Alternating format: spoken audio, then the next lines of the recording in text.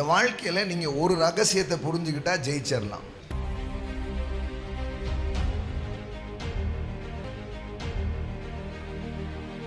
இயேசுவானவர் தாம் தெரிந்து கொண்ட அப்போஸ்தலருக்கு பரிசுத்த ஆவியினால் கட்டளையிட்ட பின்பு ஆவியானவருடைய உதவியினால் அவர் என்ன பண்ணினார்? பேசினார். எல்லாம் சொல்லுங்க, ஆவியானவருடைய உதவியினால் பேசினார். இந்த வாழ்க்கையில் நீங்கள் ஒரு ரகசியத்தை புரிஞ்சுக்கிட்டா ஜெயிச்சிடலாம். அது என்ன ரகசியம் தெரியுமா? எனக்கு உதவி தேவை என்கிற ரகசியம். எல்லாம் சொல்லுங்க, ஐ நீட் ஹெல்ப். நம்ம எல்லாருமே ஏன் தோக்குறோம் தெரியுமா? உதவி செய்ய யாரும் இல்லாதனால அல்ல, எனக்கு உதவி தேவைப்படுகிறது என்பதை உணராததினால். அதனால தான்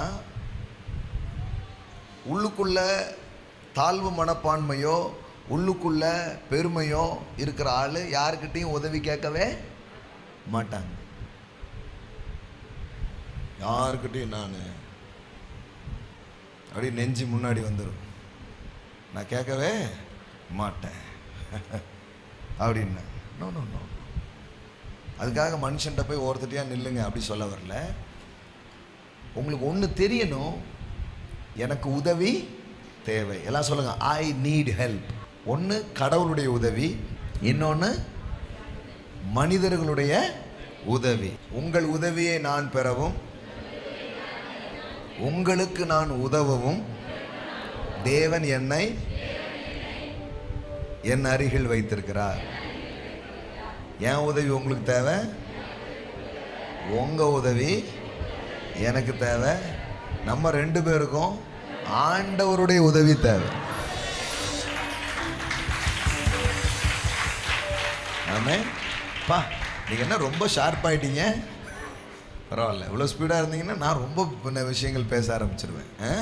ஓகே, குட். அப்படிதான் இருக்கணும். அப்போ ஒன்று புரிஞ்சுக்கணும், ஐ நீட் ஹெல்ப். எல்லாம் சொல்லுங்க, எனக்கு உதவி தேவை. இங்கே வந்து உங்களுக்கு எல்லாமே கடவுள் ரெடி பண்ணி வச்சிருக்கிறார். ஆனால் நீங்கள் ஏன் அதை ரிசீவ் பண்ணாமல் இருக்கீங்க தெரியுமா? நீங்கள் உங்களை ஹம்பிள் ஆக்காமல் இருக்கிறீங்க. சில பேர் பாருங்கள், அப்படியே வண்டி ஓட்டிகிட்டு போகும்போது கேட்கலாம், ஆனால் கேட்க மாட்டோம்.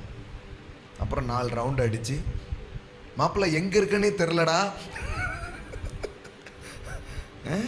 முக்குச்சந்தில் வந்து மாட்டிக்கிட்டேன்டா அப்படிமோ. அதுக்கப்புறம் அவன் வந்து ஒன்று சொல்லி அப்புறம் வெளியே வந்து நிற்போம். இந்த ஹெல்ப் நமக்கு தேவைப்படுகிறது. எல்லாம் சொல்லுங்கள், உதவி தேவை. எல்லாம் சொல்லுங்கள், நீங்கள் உதவியை பெறவும் உதவியை வழங்கவுமே நீங்கள் உண்டாக்கப்பட்டிருக்கிறீர்கள்.